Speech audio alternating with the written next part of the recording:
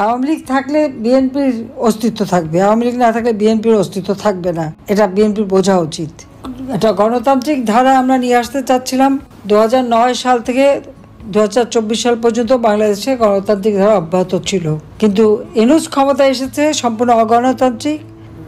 কাজে আমি সাবধান করে দিচ্ছি, এই বিএনপি জামাত যথেষ্ট হয়ে গেছে, কিন্তু প্রত্যেকের চেহারা মনে রাখতে হবে, একজনকেও ছাড় দেওয়া হবে না। ডক্টর মোহাম্মদ ইউনূস ক্ষমতায় আসছে আরও টাকা বানাবে, কিন্তু এত মানুষের জীবন নেবে কেন? এভাবে মানুষের উপর হামলা করবে কেন? একের পর এক মানবাধিকার লঙ্ঘন করে যাচ্ছে, আর সমস্ত দোষ আমাদের উপরে দিচ্ছে। আমার আওয়ামী লীগের লোক মেরে সেখানে আন্তর্জাতিকভাবে সব জায়গায় সে প্রচার করে বেড়ায়, যেগুলি সব আওয়ামী লীগ করে। তার তো টাকা আছে, সে বাংলাদেশের টাকা চুরি করছে, লক্ষ লক্ষ কোটি কোটি টাকা সে বানিয়েছে, এবং সেই টাকা খরচ করে বিভিন্ন আন্তর্জাতিক মিডিয়া থেকে শুরু করে সব জায়গায়, তারপর আবার সিনেমা তৈরি করে সেই শহীদুল্লাহ সে আবার শর্ট ফিল্ম করে ইউনিভার্সিটিতে দেখায়, সমস্ত মিথ্যা বয়ান দিয়ে দিয়ে দেখাচ্ছে। অথচ সেই আবু সাইদ থেকে শুরু করে মুগ্ধ থেকে শুরু করে যতগুলি হত্যাকাণ্ড, সেই হত্যাকাণ্ডগুলি এটা আমরা করি নাই, এসব ইউনূসের সেই নিজের করার, এটা তার পরিকল্পিত, এবং কিন্তু দোষগুলি সব আমাদের। আর যারা এই ধরনের ঘটনাগুলি ঘটাচ্ছে তাদেরকে দিয়েছে দায় মুক্তি, অর্থাৎ এদের মধ্যে কোনো বিচার নাই, কোনো নালিশ নেই, কেউ কিছু করতে পারবে না। এটাই হচ্ছে তার নিয়ম। বাংলাদেশটা এখন এমন একটা অবস্থায় গেছে যে এটা একটা মানে জল্লাদখানা হয়ে গেছে। যখনই যেখানে সব, এমন কোনো পরিবার নাই যে যাদের উপর হামলা, লুটপাট আর নির্যাতন না হচ্ছে। দেশে বিদেশে অগাধ সম্পদের মালিক বানিয়ে বসে আছে, আর একের পর এক আওয়ামী লীগকে শেষ করে দেবে। বিএনপি কি ভেবেছে সেটা আমি জানি না, তারা মনে হয় সাপের 5 পা দেখে ফেলেছে নাকি। ওরা যে লাফাচ্ছে আর এরকম একটার পর একটা ঘটনা ঘটাচ্ছে, সাথে জামাত তো আছেই, তাদের তো খুন খারাপই। তো এরপরে তাদের ভবিষ্যৎ কি, সেটাই আমার প্রশ্ন। আওয়ামী লীগ নিষিদ্ধ, আওয়ামী লীগের কাজ করতে দেবে না, ছাত্রলীগ নিষিদ্ধ। অপরাধটা কি? আমাদের দেশ স্বাধীন করেছি, দেশের উন্নয়ন করে দিয়েছি, বাংলাদেশকে উন্নয়নশীল দেশের মর্যাদা করেছি, দারিদ্রের হার কমিয়েছি, এটাই কি অপরাধ হয়ে গেল?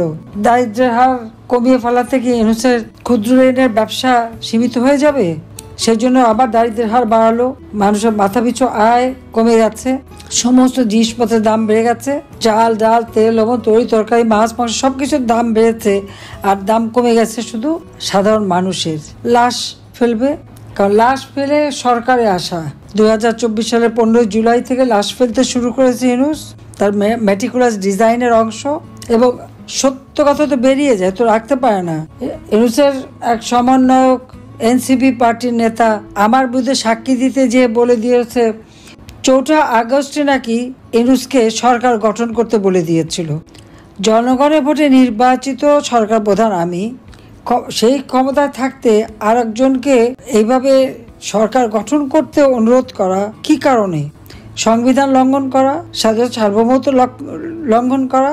আর ইউনূস এবং তার উপদেষ্টা সবারই তো আবার বিদেশি নাগরিকত্ব আছে।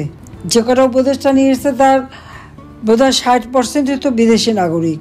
আর ইউনূস নিজেরও তো বাংলাদেশে একটা পাসপোর্ট তার আছে, কিন্তু সে কোথাকার নাগরিক সেটা তো আমরা জানি না, তা তো না।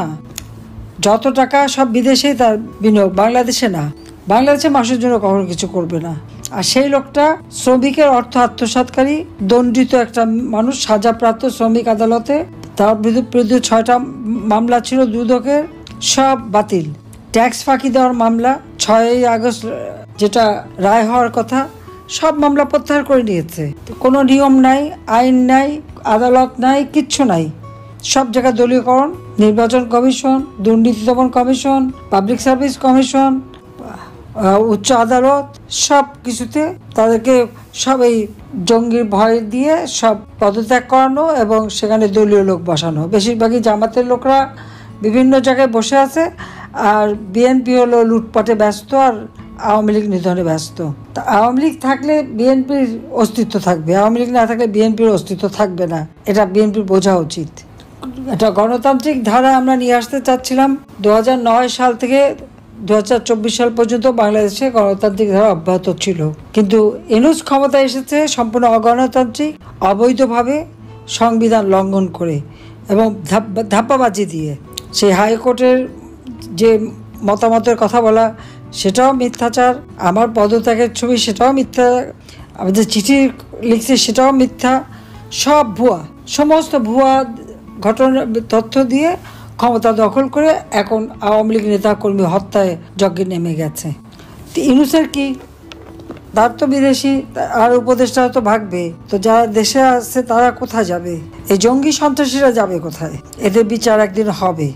আজকে সারা বাংলাদেশের আকাশ বাতাস মাহারা সন্তানের কান্না, স্বামীহারা স্ত্রীর কান্না, পিতাহারা সন্তানের কান্না, ভাইহারা ভাইয়ের কান্না, ভাইহারা বোনের কান্না, বোনহারা ভাইয়ের কান্না, এই তো চলছে বাংলাদেশে।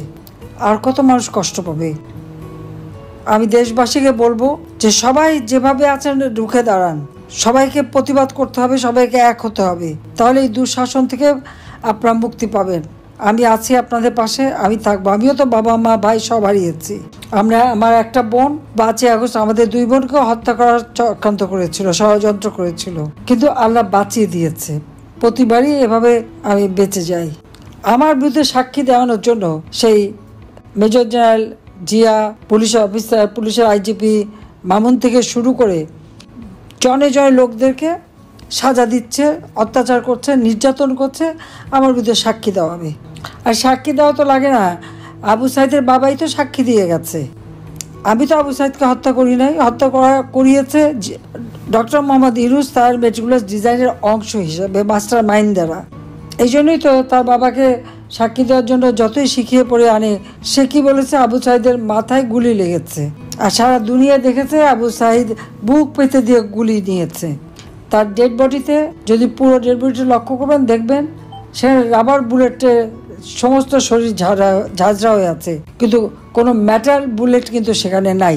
কাজে পুলিশ তো এ ধরনের অস্ত্র ব্যবহার করেনি, বরং পুলিশে তার ঢিল মেরেছে, সেই ঢিল মাথায় লেগে তার মাথা কেটেছে, কিন্তু তার বাবা সাক্ষী দিয়ে বলে দিয়েছে। তো এখন ইউনূস কি বলবে তার সাজানো নাটক মামলার? নিজের সন্ত্রাসী, জঙ্গি, দুর্নীতিবাজ, অর্থ আত্মসাৎকারী, আর নিজের দায়ভার চাপাচ্ছে আওয়ামী লীগের অগণিত নেতা কর্মীদের উপর, আর আওয়ামী লীগকে একের পর এক অত্যাচার, নির্যাতন। কাজে আমি সাবধান করে দিচ্ছি, এই বিএনপি জামাত যথেষ্ট হয়ে গেছে, কিন্তু প্রত্যেকের চেহারা মনে রাখতে হবে, একজনকেও ছাড় দেওয়া হবে না। সবগুলি বিচার তো হবেই হবে, আর তাদের মব সন্ত্রাস করেছে ওর জবাব দেওয়া হবে। আর যত ঘর বাড়ি যা কিছু পুড়িয়েছে, ভেঙেছে, করেছে, ইনশাআল্লাহ এদের ব্যাপক সম্পত্তি, হাজার হাজার কোটি টাকা বানিয়েছে ইউনূসের চালা চামুন্ডারা, ওই সব টাকা এই সমস্ত কম্পানসেশন হিসেবে দিয়ে দেবো সবাইকে। আল্লাহ যেন সেই দিনটা দেয়, শুধু সেই দোয়া করেন। আমি আছি আপনাদের সাথে, দেশের মানুষের সাথে। সবাইকে ধন্যবাদ। জয় বাংলা, জয় বঙ্গবন্ধু, বাংলাদেশ চিরজীবী হোক। পলাতক শেখ হাসিনা 1 বছর পরও মাটিতে নামলেন না, জনগণের মুখোমুখি হলেন না, তবে আক্রমণ চালিয়ে গেলেন ভার্চুয়ালি। প্রশ্ন উঠছে, এই কি জননেত্রীর দায়িত্বশীলতা? শেখ হাসিনার ভাষণে ছিল একগুচ্ছ হুমকি, পুরনো অভিযোগ আর বিরোধীদের দোষারোপ। কিন্তু প্রশ্ন হচ্ছে, নির্বাচন নিয়ে কোনো জবাব নেই। ডক্টর ইউনূস, সেনাবাহিনী, গণমাধ্যম সবাইকে এক হাত নিলেন, অথচ নিজের দলের ভেতরের দুর্নীতি নিয়ে একটাও কথা বললেন না। তিনি দাবি করলেন দেশ উন্নয়নের পথে, কিন্তু সেই উন্নয়ন কি শুধুই ভার্চুয়াল? যেখানে জনগণ নেই, গণতন্ত্র নেই, ভোট নেই, সেখানে কিসের উন্নয়ন? 1 বছর ধরে দেশের বাইরে থেকে ভার্চুয়াল বক্তৃতা দিলেও তিনি দেশে ফিরছেন না কেন? জনগণের সামনে দাঁড়াতে ভয় পাচ্ছেন কেন? আইন আদালতের মুখোমুখি না হয়ে কেবল হুমকি ধামকি দিলেই কি নেতৃত্ব প্রমাণিত হয়? এটাই কি সেই নেতৃত্ব যার উপর বাংলাদেশ ভরসা রাখবে? বাংলাদেশের ভবিষ্যৎ কি ভার্চুয়াল বক্তৃতায় বন্দী থাকবে, নাকি জনগণ এবার নিজেদের সিদ্ধান্ত নেবে মাঠে নেমে?